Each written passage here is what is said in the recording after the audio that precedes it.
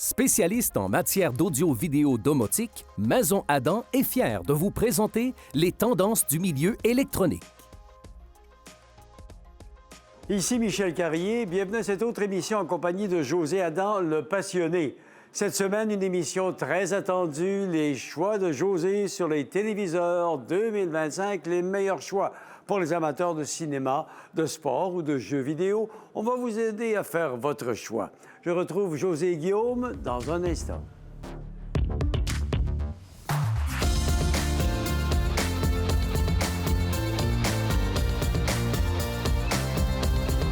Maison Adam.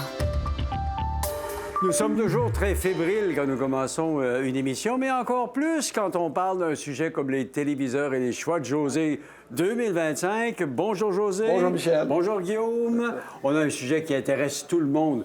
Moi, le premier, les téléviseurs et les choix de José 2025. Et je suis d'accord avec toi, puis il y a plein de monde qui doit être d'accord avec toi aussi, Absolument. Michel. Alors, le grand moment est arrivé parce que nos experts ont vraiment fait des comparaisons tout l'été. Hein? Même les grosses chaleurs qu'on a eues, des belles journées ensoleillées, ils restaient ici, hein, dans des endroits sombres, à tester les téléviseurs, les comparer un l'autre dans les plus grandes marques, naturellement, avec Samsung, LG et Sony. Et naturellement, après ça, on a refait, nous autres, nos tableaux. On a catalogué, si tu veux, en gamme de prix, 4 gammes de prix qu'on met toujours nos tableaux, pour justement sortir les meilleurs achats pour les amateurs de cinéma, de sport et de jeux vidéo. Voilà. Mais on va tout de suite demander à Guillaume sur quels critères il se base, comment il travaille, justement, pendant l'été, pendant qu'il fait chaud, pour évaluer les téléviseurs. Il va nous expliquer comment ça fonctionne. On évalue beaucoup de choses, évidemment, Michel. On évalue les contrastes. Est-ce que les couleurs vont être reproduites avec la profondeur? Est-ce que l'image va avoir du volume?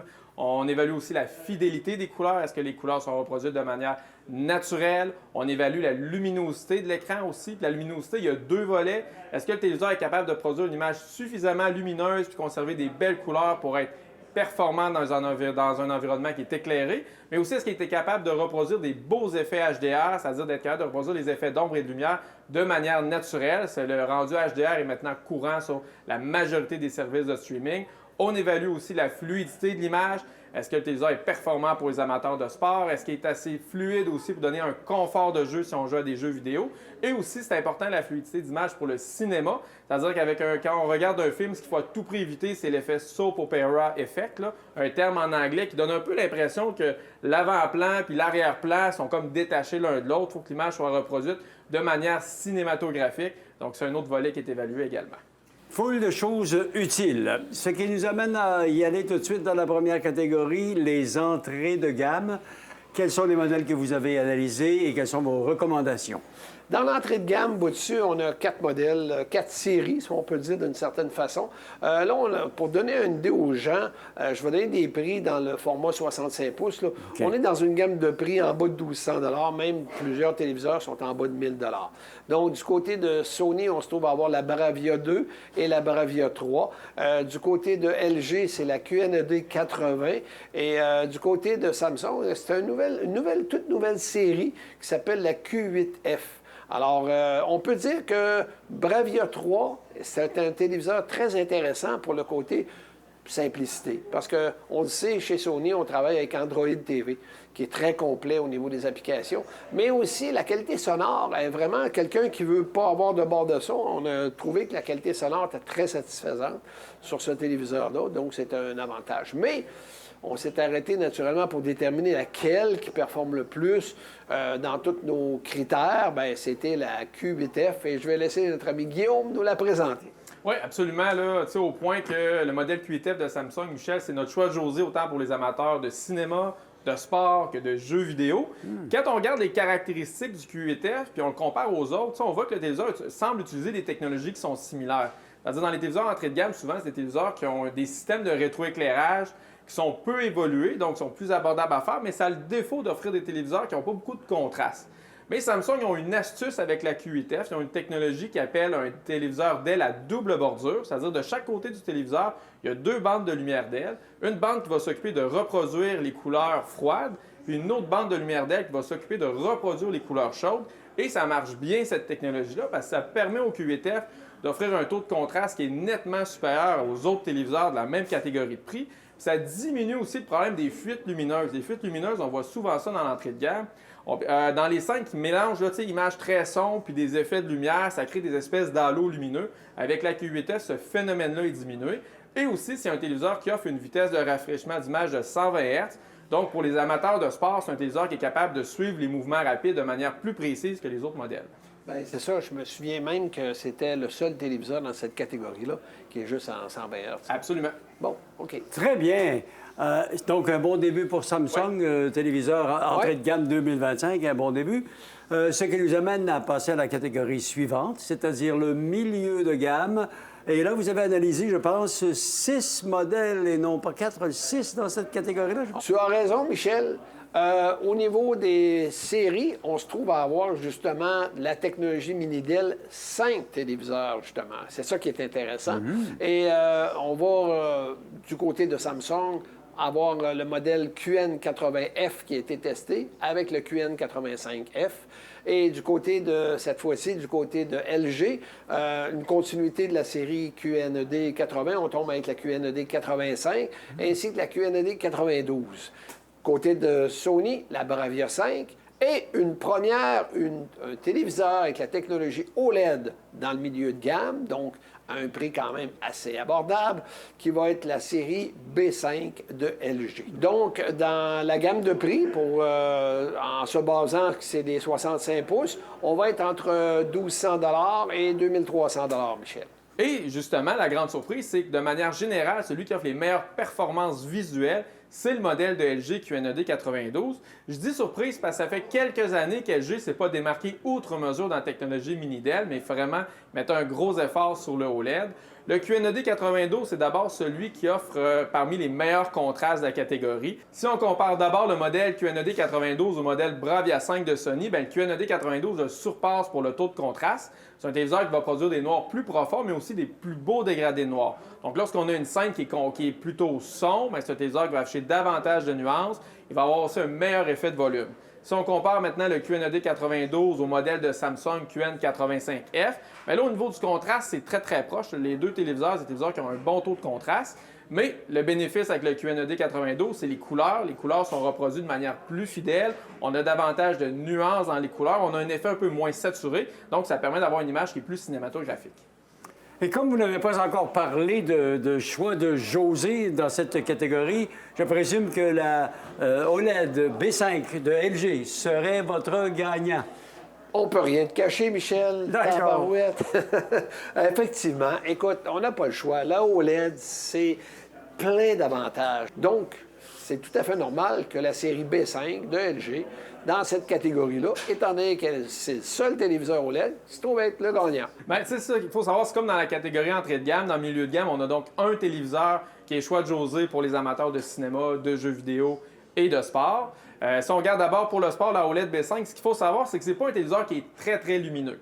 Mais par contre, il va se démarquer pour la vitesse de rafraîchissement d'image. Un OLED, c'est plus fluide, c'est plus net comme image que même un téléviseur mini-DEL qui a un rafraîchissement à 120 Hz. C'est un téléviseur aussi qui offre un meilleur angle de visionnement si on est plusieurs à regarder. Et c'est aussi la technologie OLED permet sur les plans larges, par exemple une caméra qui est éloignée des joueurs, d'être plus précise au niveau des contours. Donc, ça permet d'avoir une meilleure définition d'image. Donc ça, c'est les bénéfices là, du B5 pour le sport. Pour les amateurs de jeux vidéo, bien, le OLED, c'est le confort de jeu. C'est extrêmement fluide lorsqu'on va brancher une console sur le téléviseur. La netteté, les mouvements de caméra, on va avoir une belle définition d'image. Et pour le cinéma, mais encore une fois, c'est un téléviseur qui permet d'avoir un taux de contraste qui est très élevé. Donc, ça permet d'avoir vraiment des belles images cinématographiques et ça permet aussi d'avoir un mouvement qui est naturel. Cependant, il faut faire attention, le B5, ce n'est pas un téléviseur qui est extrêmement lumineux. Il faut faire attention dans quel environnement on l'installe. Si on veut un OLED qui a plus de luminosité, bien pour ça, il faut passer à la catégorie supérieure.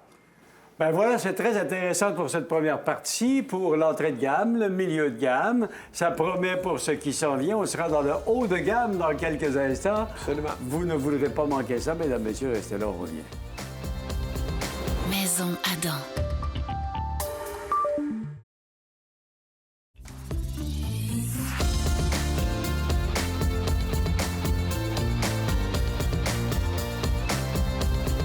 Maison Adam. Nous sommes de retour à notre très bonne émission sur les choix de José Téléviseur 2025 et nous sommes rendus dans la catégorie des hauts de gamme. J'ai hâte de voir à quoi ça ressemble, José. Bien, première des choses, Michel, il faut que tu saches que dans cette catégorie-là, ça joue du coude à travers les manufacturiers. oui? Oh, oui, oui. absolument. On va avoir 5 séries. Là-dessus, Samsung en a 3. On a le QN90F, le S85F ainsi que le S90F. Du côté de LG, c'est la nouvelle série qu'on appelle C5. Et chez Sony, bien, on a gardé la Bravia 8 parce qu'elle a très bien fait l'année passée. Est-ce que nous sommes dans une catégorie de prix qui est précise à ce moment-là? Là? Oui, tu fais bien de le souligner. Si on se base toujours avec les 65 pouces, là, ici, on joue entre 2300 et 3000 $. OK. Puis j'aimerais savoir, est-ce qu'il y a autant de technologies mini-LED dans cette catégorie qu'il y en avait dans le milieu de gamme, par exemple? Ah, bien là, c'est différent. OK. Vois-tu, de ce côté-là, c'est l'inverse un peu qu'on va retrouver parce qu'on va avoir juste un modèle qui va être, qui se trouve être la QN90F de Samsung, qui se trouve être mini LED. OK. Et on a 4 modèles qui sont dans le OLED à ce niveau-là. OK. Alors, tu sais, je vais laisser notre ami Guillaume là, nous présenter la QN90F, qui est le seul mini LED là, haut de gamme. Oui, bien, ça montre un peu aussi les tendances du marché, là, vers quoi l'industrie se dirige. La QN90F, c'est un téléviseur quand même qui est intéressant dans le mini-LED parce qu'il se démarque de bien des manières des modèles milieu de gamme. Donc d'abord, c'est un téléviseur qui va proposer un système de rétroéclairage qui est encore plus évolué, qui va permettre d'avoir des meilleurs contrastes, donc des noirs plus profonds, davantage de nuances, de détails. Et aussi, c'est un téléviseur qui va offrir un angle de visionnement qui est plus large. C'est pas encore parfait, là, on n'est pas sur le OLED, mais quand même, le téléviseur est capable de conserver des plus belles couleurs si on regarde l'image avec un angle prononcé. Mais ce que la QN90F elle a de particulier, c'est le glare free. Donc cette année, Samsung, sur ce modèle-là, a installé son fameux filtre anti-reflet qui est très, très performant. Donc pour quelqu'un qui recherche un téléviseur qui a beaucoup de luminosité, qui veut le moins de reflets possible, bien là, ça devient très intéressant. OK. Donc, on peut le dire, c'est un bon compromis, la QN90F, à la technologie OLED pour quelqu'un qui veut plus aller vers cette technologie-là. Mais il reste que ça ne donne pas les mêmes résultats. On se dit clairement, là, je veux dire, les performances ne sont pas aussi efficaces là, que ce qu'on retrouve avec les OLED. Alors là, je te sens impatient. Un peu? Un peu? Oui, oui. Alors, tu as hâte de savoir c'est quoi notre recommandation dans la haute gamme? Tout à fait. Arrêtons de tourner en rond et allons-y. Je vais laisser Guillaume nous en parler. Oui, donc si on regarde d'abord pour le cinéma, notre choix de José s'est arrêté encore cette année sur la Bravia 8 de Sony. Bien que le téléviseur Bravia 8 offre une luminosité, une clarté d'image qui n'est pas aussi élevée que le modèle, les nouveaux modèles C5 et S90F, C5 de LG et S90F de Samsung. Donc, ce qui distingue la Bravia 8, c'est encore une fois les couleurs par rapport aux deux autres téléviseurs. Donc, vraiment, le processeur XR cognitif de Sony avec la technologie OLED, ça fonctionne vraiment très, très bien.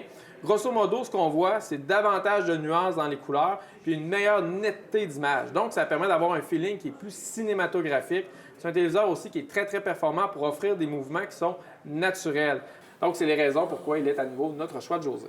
Bien. Alors, Michel, je présume que tu veux qu'on passe immédiatement à la recommandation pour le meilleur téléviseur de le sport. Je suis encore plus impatient que tantôt. Oh, parce que oui. tu es un vrai mordu. Ben, oui, j'aime vraiment ça. Le sport à la télé, moi, c'est une passion. Une Ouais. passion. Excellent, Michel. Alors, voilà, je vais quand même souligner les critères parce qu'ils sont importants. On évalue la clarté du téléviseur parce que, justement, quand on écoute du sport, on aime que les couleurs ressortent. Oui. C'est très pertinent. L'angle de vision. Parce que, bon, on écoute ça en famille, bien souvent, on écoute ça entre amis, et c'est plus plaisant quand tout le monde voit la même qualité d'image. La fidélité des couleurs joue un rôle, mais aussi, de plus en plus, on voit des filtres anti-reflets, des panneaux anti-reflets qui sont extrêmement efficaces. Là, ça vient jouer un rôle pertinent pour ceux qui écoutent, comme toi, du golf. Parce que ça se fait, c'est de jour bien souvent, ou encore de la Formule 1, ou même le tennis, on va avoir des tournois là, de jour. Alors, c'est tous des points, mais le point aussi très important dans le mouvement, le rafraîchissement d'image, tu sais, ça, c'est ça aussi. On tient compte de tout ça, mais là, on est naturellement avec plusieurs téléviseurs OLED. Alors, je ne fais pas attendre notre ami, naturellement, Michel, parce que là, Guillaume je suis sûr qu'il est prêt à nous donner la meilleure recommandation dans les téléviseurs du sport pour le haut de gamme. Oui, absolument, José. Donc, les deux téléviseurs qui se sont le plus démarqués cette année, c'est le modèle S90F de Samsung et C5 de LG. Évidemment, c'est des téléviseurs qui excellent pour être capables d'offrir une image qui est très fluide et précise sur les mouvements rapides. Un élément intéressant cette année en faveur de LG, c'est que l'année dernière, Samsung, avec la S90, détonnait pour ce qui était de la clarté de l'image par rapport au modèle Bravia 8 puis C4 de LG. Cette année, par rapport au modèle C5, c'est plus le cas. C'est-à-dire que LG ont installé un nouveau type de processeur, une nouvelle IA dans leur téléviseur qui utilise mieux la dalle OLED et ça permet de maximiser la clarté de l'image. Donc, pour la clarté de l'image, entre la C5 et la S90F cette année, c'est presque match nul. Mais il reste que la S90F a deux avantages quand même intéressants.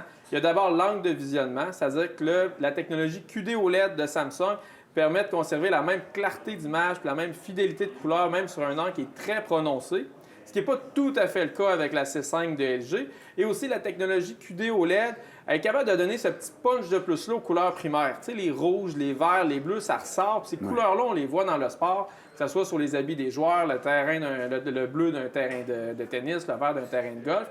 Donc, ça permet d'avoir une image plus punchée, un peu plus de volume également. Et c'est les raisons pourquoi la S97 est notre choix de José pour les amateurs de sport cette année.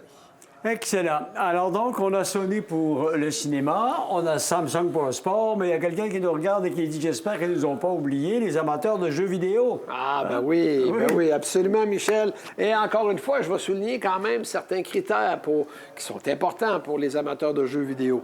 Je dirais que la qualité d'image joue un rôle de plus en plus important parce qu'aujourd'hui, les jeux vidéo sont rendus quasiment naturels comme si c'était un vrai film. La luminosité, la clarté de notre image, naturellement, l'efficacité de la réponse de la manette, là, je veux dire, tu sais, les mouvements. Il ne faut pas j'oublie le mouvement, parce que comme pour le sport, le mouvement, il faut que ce soit quand même fluide, là, tu sais, à ce niveau-là. Mais là où est-ce que, de plus en plus, on attache une grande importance, hein, c'est au niveau des modes, les modes d'image, spécifiquement pour les jeux vidéo. N'est-ce pas, Guillaume? Oui. Absolument. Donc, pour les deux téléviseurs qui sont encore le plus démarqués pour les amateurs de jeux cette année dans le haut de gamme, c'est à nouveau le S90F de Samsung et le C5 de LG. Puis là, on le voit, ces deux compagnies-là, il y a une grosse part de marché, il y a beaucoup de joueurs, donc ils ont mis toutes les technologies importantes pour le meilleur confort de jeu, le rafraîchissement à taux variable, un temps de réponse instantané, une fluidité d'image qui est très, très nette. À ce niveau-là, les téléviseurs sont très performants, connectiques aussi très complètes avec 4 ports HDMI 2.1. Donc ça, c'est très, très bon. Mais ce qui va distinguer vraiment la S90F et la C5, c'est les modes jeu, justement. C'est-à-dire, quand on branche une console dans un téléviseur, tu sais, le téléviseur, la manière que le téléviseur travaille, c'est complètement différent que quand on regarde des films ou des jeux vidéo. On tombe sur un nouveau menu qui va permettre justement d'avoir un confort de jeu optimal. Par exemple, ces deux téléviseurs-là vont offrir plusieurs modes d'image qui vont adapter l'image en fonction du type de jeu auquel on joue ou encore dans quelle clarté d'environnement on est. Mais des deux téléviseurs, celui qui offre la meilleure performance, là, ça s'est joué sur la qualité visuelle, c'est le C5 de LG. Par rapport au modèle S90F, il est plus performant pour ce qui est de donner de la variété dans les couleurs, de l'éclat, ce qui est un peu l'inverse qu'on avait vu pour le sport. C'est un téléviseur aussi qui maîtrise mieux en mode jeu les rendus HDR. Donc, tout ce qui est d'effet d'ombre, de lumière, donc les dégradés de lumière sur le modèle C5 sont plus précis, sont mieux affichés encore que sur le modèle de Samsung. Et c'est la raison pourquoi il est notre choix de José. Voilà. Ça ne me surprend pas parce que ça fait plusieurs années qu'ils nous en parlent de LG et jeux vidéo. Hein, José? Ça fait plusieurs années dans les choix que ça revient, tout ça. Oui, c'est vrai. Très intéressant. Vous pensez que c'est complet? Non, ce n'est pas complet. Dans quelques instants, on vous revient avec la catégorie référence. Choix de José 2025 téléviseur. Restez là. Maison Adam.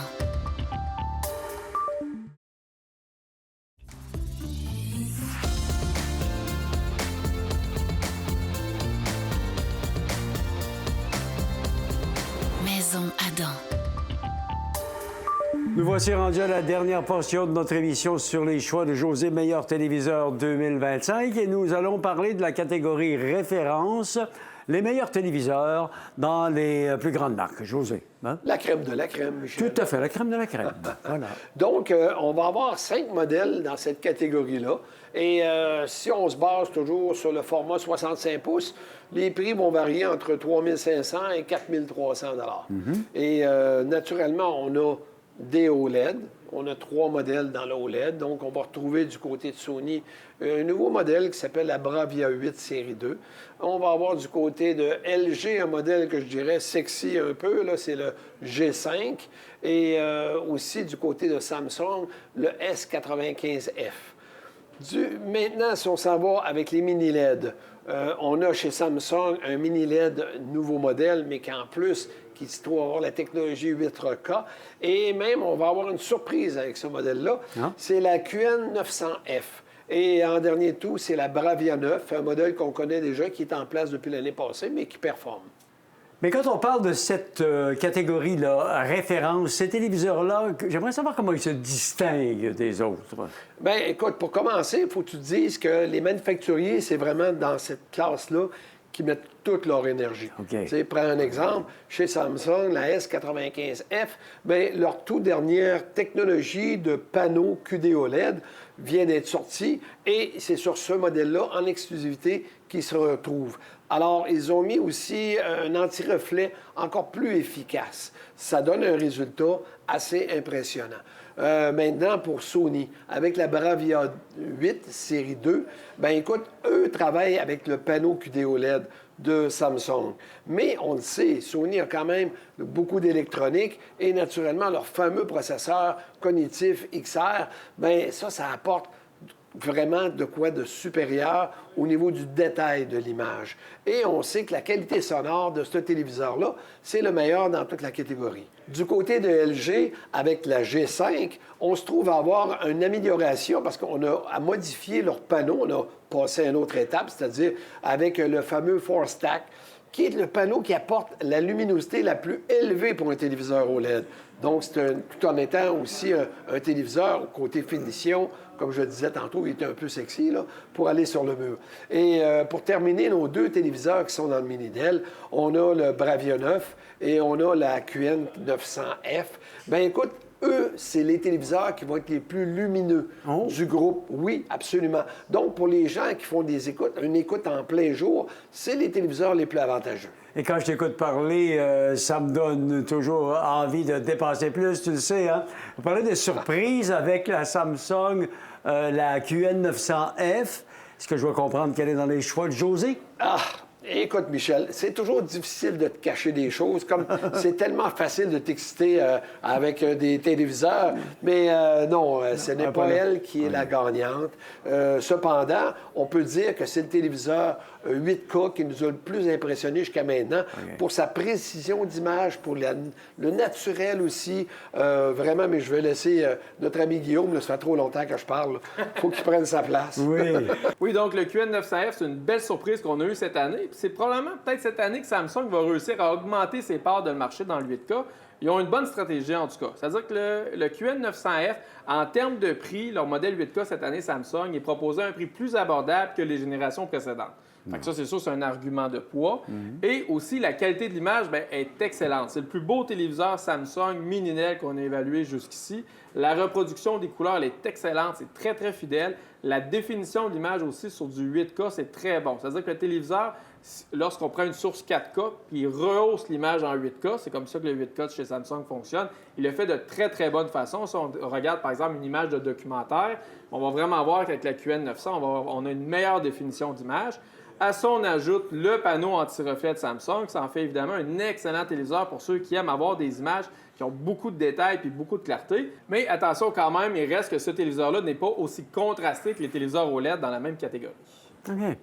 Maintenant, Michel, justement, notre meilleure recommandation pour le cinéma, bien, ça va être dans les 3 téléviseurs OLED, parce qu'on sait leur force, comment est-ce qu'ils se démarquent au niveau de la palette de couleurs, au niveau de la précision d'image, etc., les contrastes. Donc, côté Samsung, la S95F en fait partie, la G5 aussi de LG en fait partie, et la Bravia 8 série 2. Je vais laisser maintenant notre ami Guillaume nous dire quelle est la gagnante dans ces 3 téléviseurs. Oui. Bon, d'abord, ce qui est intéressant de savoir, c'est que ces 3 téléviseurs OLED-là sont capables de produire un blanc qui est beaucoup plus lumineux que tous les autres téléviseurs qu'on a parlé jusqu'ici, mais tout en conservant un noir absolu. Donc, ça, ce que ça permet, c'est que ça permet d'avoir un espace de couleur qui est encore plus grand, puis une fidélité dans les couleurs qui est encore plus proche de la réalité. Mais des 3 téléviseurs, celui qui se démarque le plus, donc, est notre choix de José Cinéma dans la catégorie référence, c'est le Bravia 8.2 de Sony. Le processeur XR cognitif, cette fois avec le panneau QD OLED, fait vraiment des merveilles. On le voit d'abord avec la reproduction des couleurs. Les couleurs sont plus fidèles, encore plus nuancées que sur les 2 autres téléviseurs qui sont déjà excellents. Et aussi, le rendu HDR est plus beau. Bien, Michel, on va arriver dans une catégorie qui te plaît, on le sait. Ben on oui, te ben oui. connaît. Ben oui. Entre autres, c'est ce que je préfère, le sport à la télé, mais je regarde à peu près tout, mais le sport, ouais. Oui, la meilleure recommandation pour le sport. Écoute, c'est sûr et certain qu'encore une fois, les OLED, c'est ces 3 téléviseurs-là qui se démarquent parce que c'est les plus efficaces au niveau du rafraîchissement, d'image, naturellement, la vision de côté, etc.